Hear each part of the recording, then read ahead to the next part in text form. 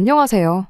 결혼 생활 2년도 채 채우지 못하고 시어머니랑 편먹은 남편과 대판 싸워대다가 결국엔 이혼까지 하게 되었습니다. 원래 아이가 태어나면 회사 그만두고 전업주부를 하기로 했는데 갚아야 할 대출이 워낙에 어마어마했다 보니 아이는 엄두도 못 내고 여지껏 죽어라 일만 했어요. 그런데 이혼한 지금에 와서는 정말이지 아이 없는 게 참 다행이구나 싶기도 하네요. 사실 저희가 신혼집을 조금 무리해서 구한 감이 없지 않아 있었습니다. 물론 집이 자가이다 보니 다른데 비교할 것도 없겠지만 당장 금리도 전에 없이 높은 상황에 저는 집을 구하는 데 있어서 조금 시간을 두고 싶었거든요. 이 부분에 있어서는 저희 친정 부모님도 같은 의견이셨고요. 신혼부부를 위한 전세 대출 제도도 잘 되어 있다 하고 무엇보다 당장 이자 부담이 훨씬 덜한데 일단 형편에 맞춰서 신혼집을 구하는 게 맞다고 생각한 거죠. 그래서 결혼 전에 남편에겐 어느 정도 제 의견을 이해시키는데 성공했지만 결국엔 시어머니 고집을 꺾지 못해서 자가로 집을 구하게 되었네요. 그리고 말이 나왔으니 말이지만 사실 저희는 반반 결혼을 염두에 두고 있었거든요. 그런데 시어머니가 저희 앞으로 돈 얼마 보태주시고 살고 계신 집으로 담보대출까지 받아서 돈을 더 보태준다고 무조건 자가로 집을 구해야 한다는 거예요. 돈은 일해서 버는 게 아니라 부동산으로 버는 거라면서요. 그때 어떻게든 시어머니 고집을 꺾고 뜯어말렸어야 했는데 하지만 그때 당시 뉴스에 전세 사기니 어쩌니 하는 이야기가 돌았기도 하고 그러니 괜히 사람들이 자가자가 노래를 부르겠어? 싶은 게 그래서 이왕 이렇게 된 거 좋은 게 좋은 거라 생각하는 게 좋겠다 싶었습니다. 그렇다 보니 상황이 이렇게까지 된 부분에 있어서 저도 아무런 잘못이 없다고 하기는 조금 그렇네요. 한편 신혼집을 구하는 데 있어서 매물을 알아보고 하고 말 것도 없었어요. 이제 집을 보러 다녀야겠다라는 생각이 들었을 때쯤 시어머니가 집도 다 골라놓았으니 뭐 알아볼 것도 없다고 잔금 치르는 날짜를 저한테 통보해 왔거든요. 위치는 시댁에서 꽤나 가까운 동네에 있는 구축 아파트였습니다. 한 동네라고 봐도 무방한 거리였지요. 그리고 저희 신혼집이 결혼할 당시만 하더라도 대건축 관련 기사가 아파트 이름으로만 검색해도 상단에 몇 개나 쏟아져 나올 만큼 유명한 아파트였어요. 그러니 이미 시어머니가 저희한테 돈을 해주겠다는 시점부터 그 집을 마음속에 찜을 해놓은 상황이었던 거예요. 그래서 저희한테는 말도 없이 계약까지 다 해놓고 잔금 치르는 날짜를 통보해 오셨던 거고요. 그리고 그 때문인지 재건축만 되면 앉은 자리에서 집값이 2배를 번에만에 하면서 다른 집 알아볼 생각 말고 이 집에 신혼살림 차리라고 아주 강하게 나오셨지요. 지금은 싫어도 나중 가면 무조건 당신한테 고마워할 거라나요. 어차피 신혼집 마련하는데 들어간 대부분의 돈이 시어머니 주머니에서 나온 돈이다 보니까 제가 좋다 싫다 거기다가 토를 달 입장은 아니었습니다. 그래도 그 와중에 제가 그나마 잘했다는 생각이 드는 게 하나 있어요. 신혼집 굳이 공동명의 안 하고 남편 단독명의로 해도 되니까 제 돈으로는 혼수나 채우고 남는 돈은 그냥 제가 가지고 있겠다. 그리고 결혼하고 나서도 돈 관리는 따로 하겠다고 했다는 거죠. 사실 시어머니는 제가 가져온 돈으로 집을 리모델링을 할 계획이었던 것 같았습니다. 그래서 제가 재건축을 앞두고 있는 아파트에 뭐하러 리모델링까지 해서 들어가야 하냐고 따졌어요. 어머님 말 맞다나 재건축이 코앞이면 더더욱이 리모델링을 할 이유가 없지 않냐고요. 그리고는 대출 갚기로 한 건 그대로 남편이 벌어서 갚는 걸로 하겠다. 내가 버는 돈으로는 생활비로 나갈 거고 남는 돈은 따로 안 빼돌리고 고스란히 모아두겠다. 그리고 명의 문제는 돈 다 갚고 나서 다시 이야기해보자 했던 게 이렇게 전화위복이 될 줄은 몰랐습니다. 그리고 말이 나왔으니 말이지만 시어머니가 그렇게 하라고 허락해준 데는 아마 나중에 와서 이 집에 네 돈 들어간 게 뭐가 있냐고 하면서 공동명의 안 해주고 남편 단독명의로 집을 유지시키려던 게 아니었을까요? 아무튼 저희가 결혼식 올리고 그 집에 신혼살림 차리기가 무섭게 재건축 뜬소문 때문에 천청부지로 치솟아 있던 집값에 거품이 빠지기 시작했습니다. 저희가 집값이 가장 비싸고도 비쌀 때 들어갔던 거지요. 그리고 그때는 그래도 우리 집이라고 마음이 아팠는데 이렇게 이혼하고 나니까 집값 빠진 게 얼마나 다행이다 싶은지 모르겠어요. 그 집 구석 땡전 한 푼이라도 이득 보면 얼마나 배가 아팠을지. 아무튼 저희가 이혼할 시점엔 이미 저희가 들어왔을 때랑 비교해서 집값이 1억 5천이나 더 내려간 상황이었지요. 그리고 그럴 때마다 시어머니는 재건축만 시작하면 집값 내려간 건 손해도 아니라는 시기였는데 올 초쯤에서 오히려 재건축 아파트가 애물단지가 되었다는 기사가 슬슬 올라오기 시작할 때는 시어머니도 더 이상 아무 말을 못하더군요. 그때 시어머니 똥 씹은 표정 생각하면 아직도 마음이 후련합니다. 한편 지금은 회사가 어느 정도 정상화가 되긴 했는데 저희 신혼 때는 눈코 뜰 새 없을 정도로 바빴습니다. 결혼할 때도 회사에서 꼭 이런 시기에 결혼해야 하냐는 농담 반 진담 반 섞인 이야기를 들었고 신혼여행 또한 눈치 보면서 다녀와야 했을 만큼요. 그래서 그때는 남편한테 미안하기도 하고 고맙기도 하고 그랬어요. 밥 먹듯이 야근을 했다 보니 집안일은 커녕 집에 와서 씻을 기운도 없을 정도였거든요. 그리고 그때 남편이 집안일을 참 많이 도와줬었어요. 원래도 정리정돈을 깔끔하게 하는 사람이 아닌데 그렇게 녹초가 돼서 퇴근하면 정말 제가 손 뗄 것 하나 없을 정도로 집 상태를 좋게 유지해줬거든요. 심지어 남편이 저를 위해 저녁 식사를 차려줬던 적도 있었습니다. 물론 반찬은 동네 반찬 가게에서 파는 마른 밑반찬들이 전부이긴 했지만 서툴은 실력이나마 찌개 하나 끓여놓고 퇴근하는 저를 맞이해주던 게 너무 고마웠죠. 그리고 그때까지만 해도 내가 참 사람을 잘 봤구나, 결혼을 잘했구나 싶었는데 세상에 음식 한번 해본 적 없는 사람이 서투른 솜씨로 끓인 줄 알았던 그 김치찌개가 사실은 남편 솜씨가 아니라 시어머니 솜씨라는 걸 알게 됐어요. 하루는 김치찌개가 너무 신맛이 강해서 다음부터는 설탕을 조금 넣어보라고 했더니 여지껏 자기가 끓여준 척 하던 남편이 엄마표 찌개가 간이 안 맞는다는 소리에 욱한 건지 바로 실토를 하더라고요.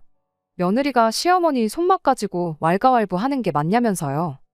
그리고 저는 그렇게 시어머니가 저희 집에 남편 먹을 밥을 가져다 주고 있었다는 걸 처음 알게 되었습니다. 그런데 남편은 남편대로 아차 싶었는지 구구절절 변명을 늘어놓기 바쁘더라고요. 뭐라더라, 시어머니께서 음식을 넉넉히 하셨다며 남편더러 퇴근길에 들려서 가져가라고 하셨다나요.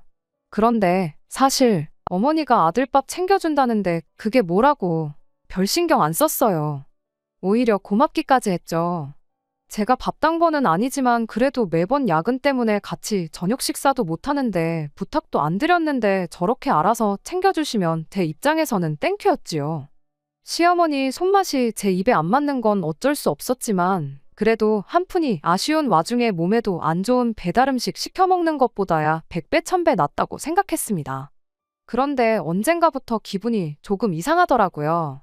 밥도 시어머니가 챙겨준다는 걸 알게 되었는데 집안일이라고 남편이 하고 있으려나 싶었거든요. 그리고 아니나 다를까 그 의심이 얼마 지나지 않아서 확신이 되고야 말았습니다. 그래도 회사가 그렇게 1년을 고생하니 그 이후부터는 차츰 바쁜 게 줄어들기 시작했어요. 코로나 특수 끝나면서 올랐던 매출이 불경기 때문에 다시 내려가기 시작하면서 일거리가 자연스럽게 줄어들었거든요. 그러니 자연스럽게 야근도 그만하게 되었고 복지로 나왔던 법인카드까지 반납하게 되었습니다. 그게 참 요긴 했는데 그것만큼은 아직도 아쉽네요. 아무튼 저희 회사의 야근이 사라진 그날 정말 결혼하고 처음으로 5시 땡치자마자 자리에서 일어나 퇴근을 했어요. 오랜만에 만끽하는 칼퇴의 기분이 그렇게 좋았는데 집에 도착하자마자 그 좋았던 기분이 순식간에 안 좋아지기 시작했습니다. 제 예상대로라면 평소대로 제 퇴근 시간에 맞춰 식사 준비를 하고 있어야 할 남편의 모습은 보이질 않고 빈집에서 혼자 연락에 반찬을 만들어대는 시어머니만 보였으니까요. 그리고 그제서야 남편이 저를 위해 준비하던 식사가 실은 시어머니가 아들을 위해 차려둔 음식이었고 남편은 그런 시어머니의 출입을 숨기고자 마치 자기가 저를 위해 식사를 준비한 것처럼 연기를 해오고 있던 거란 게 마치 퍼즐 조각이 맞춰지듯 제 머릿속에서 맞춰지기 시작하더라고요. 그리고 그제서야 그간 그렇게 정리가 되어 있던 집안도 실은 전부 시어머니가 한 일이었단 걸 알게 된 거죠. 시어머니가 빈집에 와서 밥하고 빨래해주고 청소해주고 그게 대체 뭐가 문제냐 하실 분들도 계시겠지만 문제는 정리정돈을 너무 구석구석까지 했다는 게 문제였어요. 제 서랍에 개인적인 물건들까지 전부 정리되어 있었던 적이 있었거든요. 거기에 제 통장이며 귀중품이며 다 들어있었고요. 그런데 그걸 건드린 사람이 다른 사람도 아니고 시어머니였다니 제 기분이 좋을 수가 없었죠. 그런데 기분이 안 좋은 건 저뿐만 아니라 시어머니도 마찬가지였나 봅니다. 10시는 돼야 퇴근한다던 네가 지금 이 시간에 웬일이냐는 표정으로 저를 빤히 쳐다보고 있었거든요. 그래서 이제 당분간 야근은 없을 것 같고 5시 되면 퇴근해서 이 시간쯤 집에 오는 게 내 원래 정상 스케줄이었다고 하니 시어머니도 더는 저한테 뭐라 말을 못 하셨는데 저는 저대로 저희 집에 있는 시어머니가 못마땅했고 시어머니도 제가 있다는 게 불편했는지 저를 엄청 신경 쓰는 것 같아 보였습니다. 아무튼 그렇게 두 사람 사이에 불편한 공기만 계속해서 흐르고 있었어요. 그리고 그렇게 1시간쯤 지났을까? 퇴근한 남편이 집에 들어왔는데 남편 또한 웬일로 자기보다 먼저 퇴근한 저를 보고 엄청 당황한 눈치였습니다. 이 시간에 당신이 여기 왜 있냐면서 마치 내 집에 내가 있으면 안 되는 것처럼 말을 했거든요. 야근이 없어졌다는 소리에 지금 시어머니가 있는 이 상황을 어떻게 저한테 납득시켜보려고 말까지 떨면서 말이에요.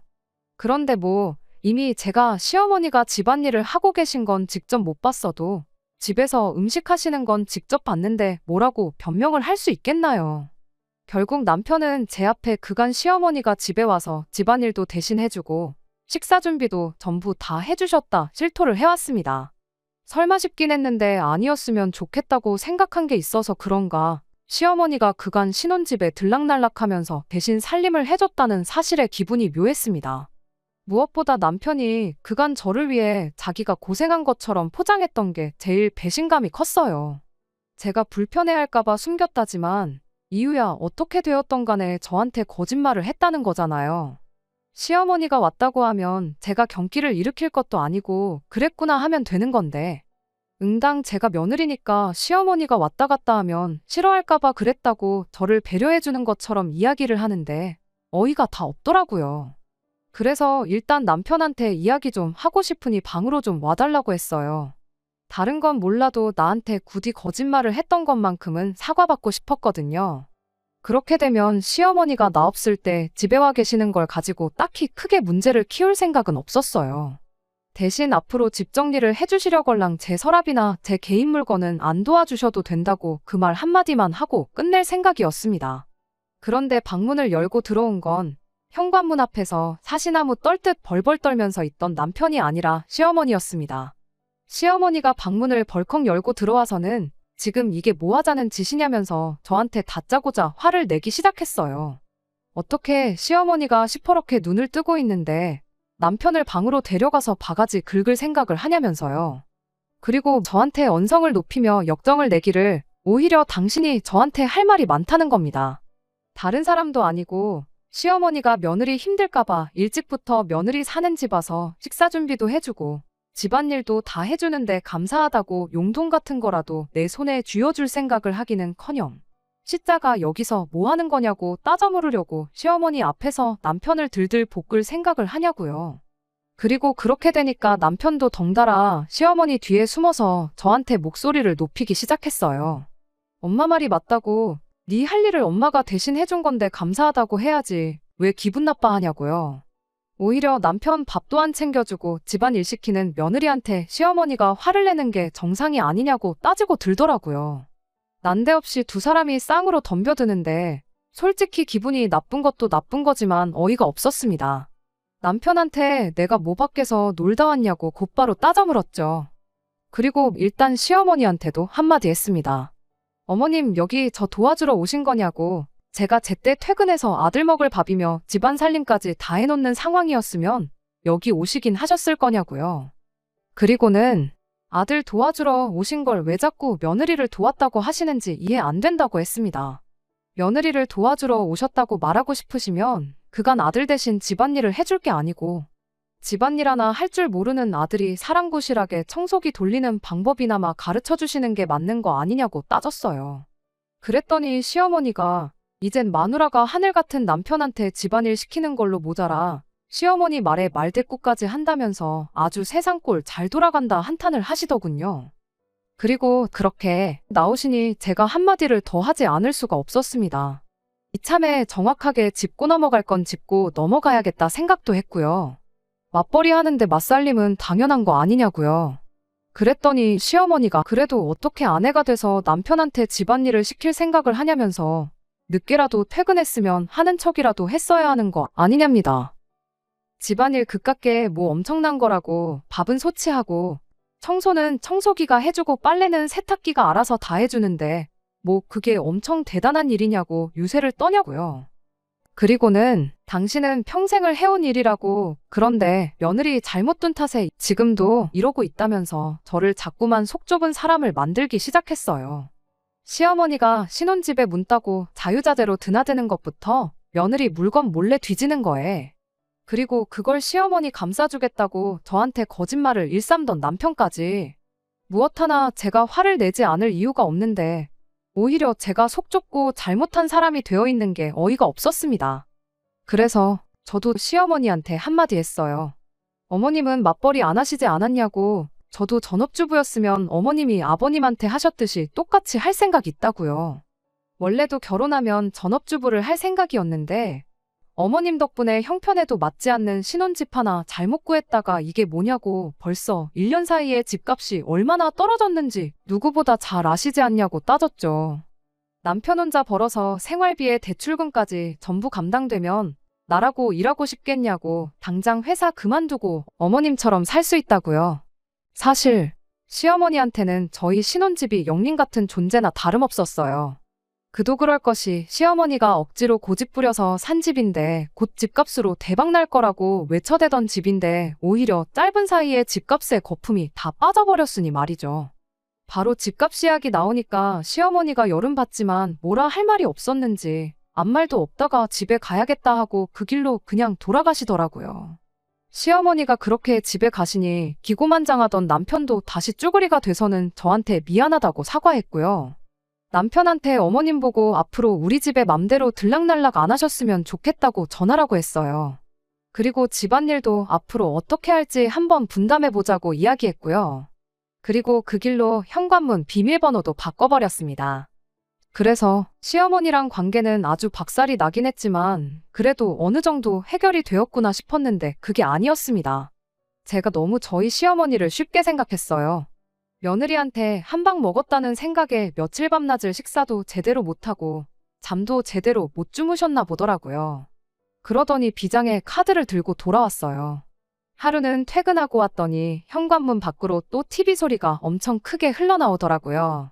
남편 퇴근 시간보다 이른 시간이었다 보니 당연히 시어머니겠구나 생각했어요.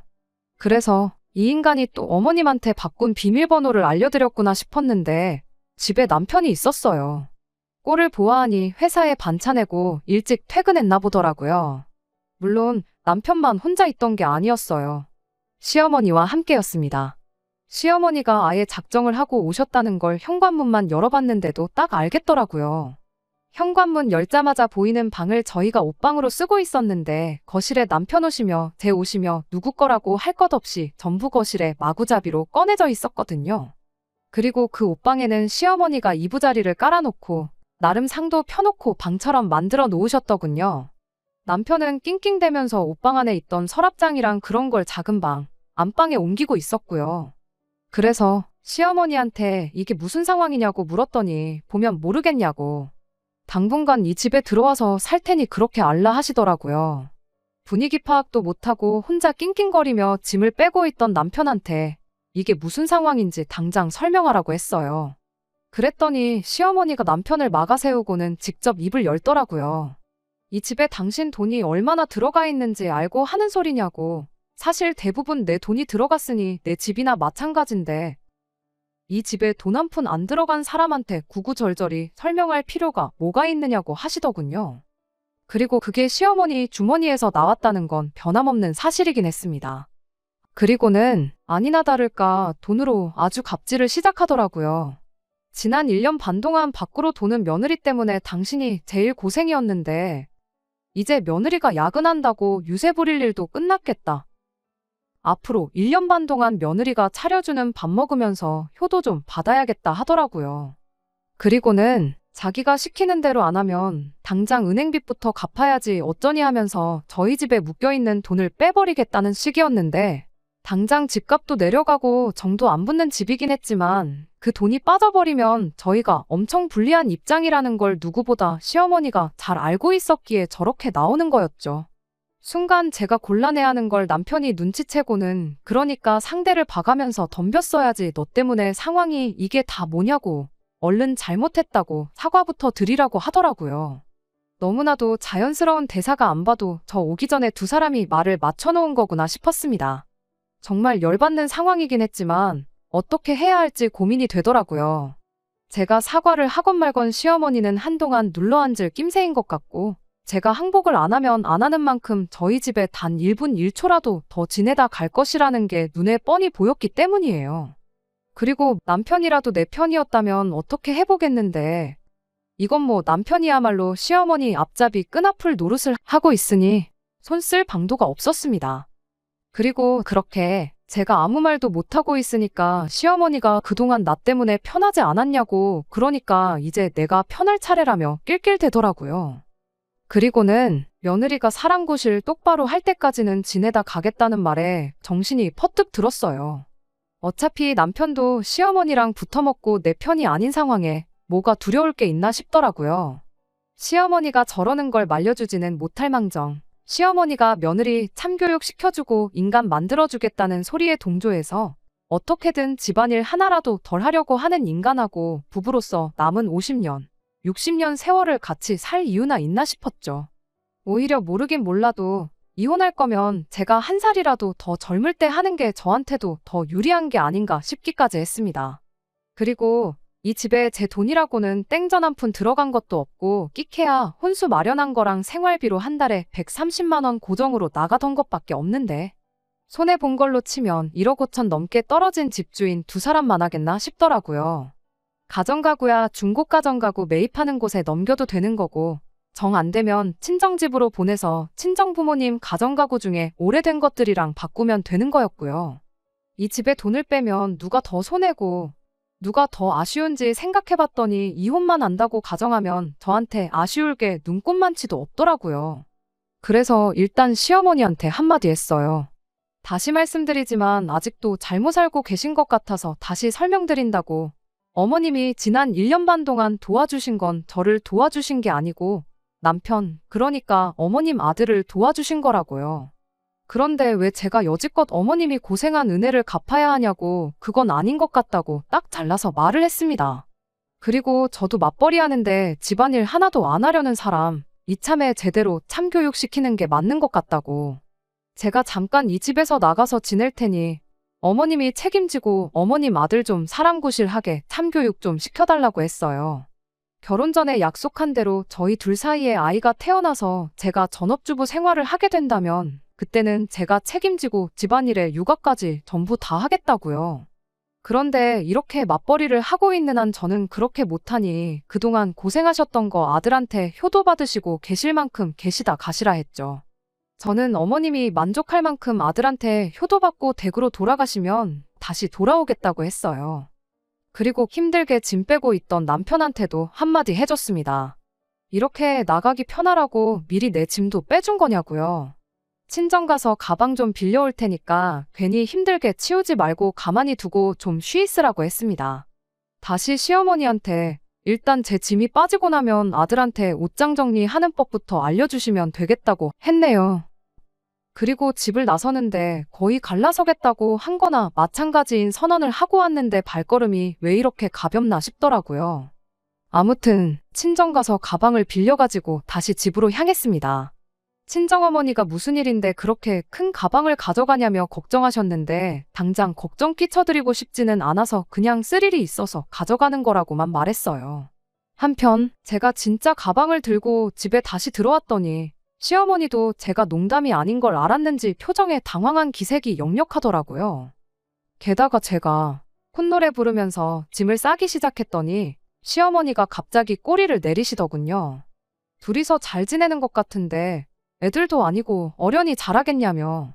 생각해보니 괜히 당신이 참견하는 것 같다고 그냥 집에 돌아가시겠다면서요. 부부간에 신뢰는 있는 대로 박살을 내놓으시고 이제 와서 상황이 불리해지니 내빼신다니 어이가 없었어요. 그래서 어차피 저 야근 때문에 퇴근이 늦는 동안 저 모르게 아들 밥도 챙겨주시고 아들 대신 집안일도 해주셨던 거 아니셨냐고. 이젠 제 눈치 보실 것도 없으니 잘 된 거 아니냐. 그러니 여지껏 고생한 거 보상받으시고 싶으면 어머님이 오며 가며 하시면서 제일 이득 본 사람인 아드님한테 받으시라고 다시 한번 말해줬습니다. 그리고는 짐 싸는 거 5분이면 끝난다고.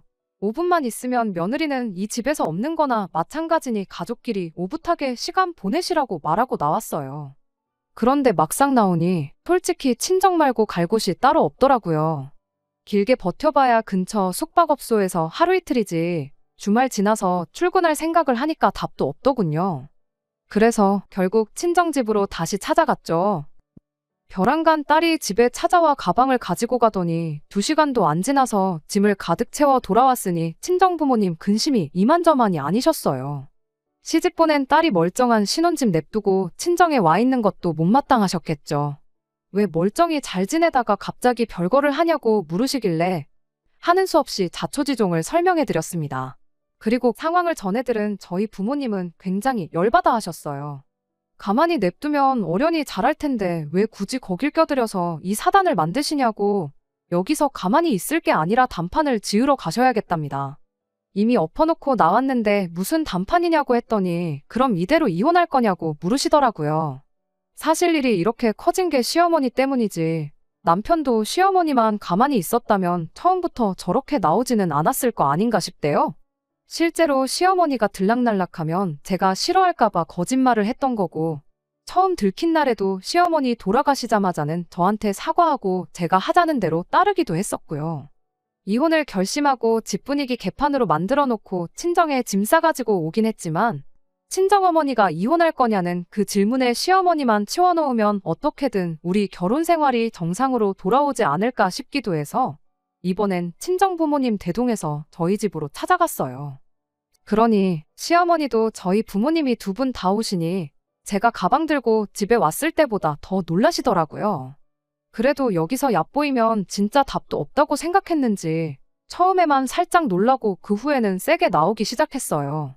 자존심이 밥 먹여주는 것도 아닌데 저희 친정부모님을 바로 앞에다 두고 사돈은 따님 교육을 어떻게 시키셨길래 애가 집안일을 손도 안 대고 다 남편한테 떠넘기고 있느냐 따지더군요. 친정어머니가 곧바로 대답을 하셨어요. 밤10시 11시까지 야근하고 와서 살림까지 하라고 우리 딸 시집 보낸 거 아니라고요. 시어머니는 시집 올 때 몸만 보내셨으면 그 정도는 가고셨어야 하는 거 아니냐고 바로 되물었고요. 친정부모님이 그 말이 끝나기 무섭게 돈이 없어서 못 준다고 했겠냐. 형편에도 맞지 않는 얼토당토하는 아파트 강요하면서 돈까지 대주겠다길래 몸만 보냈던 거다 하시면서 이깟 아파트 내가 사겠다고 대신 앞으로 우리가 사위를 머슴처럼 부릴 거니까 사돈은 아무 말도 하지 말라고 하시더라고요.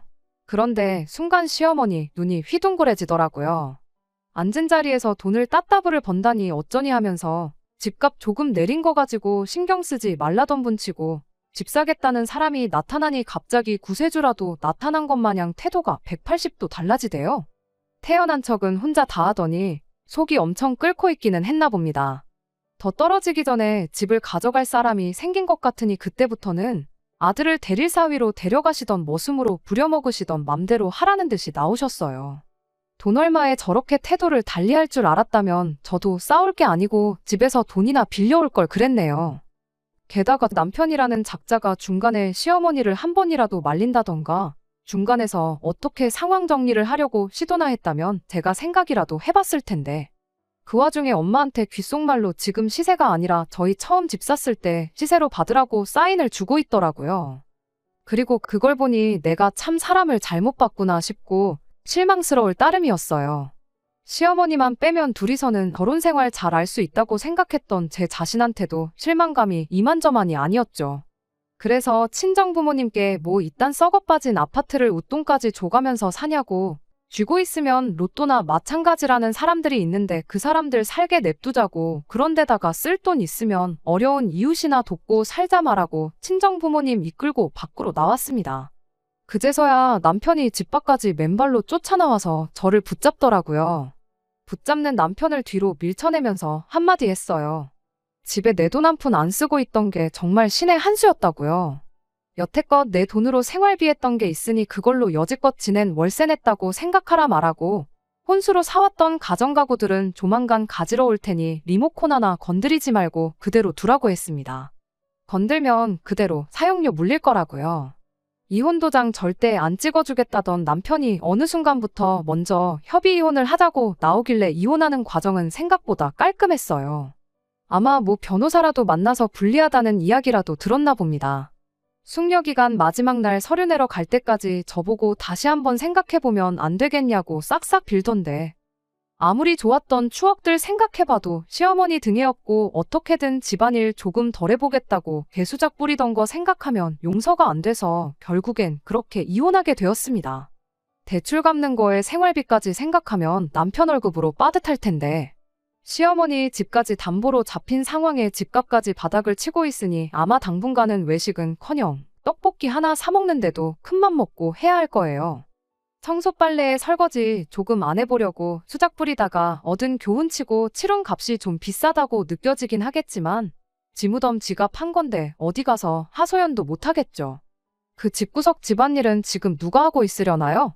이제 와서 설거지 좀 해봐야 이미 늦었다는 걸 평생을 두고 후회하며 살았으면 참 좋겠습니다. 끝까지 들어주셔서 감사합니다. 오늘의 사연은 여기까지입니다. 구독과 좋아요, 알람 설정 부탁드리고 더 좋은 사연으로 다시 찾아뵙겠습니다. 감사합니다.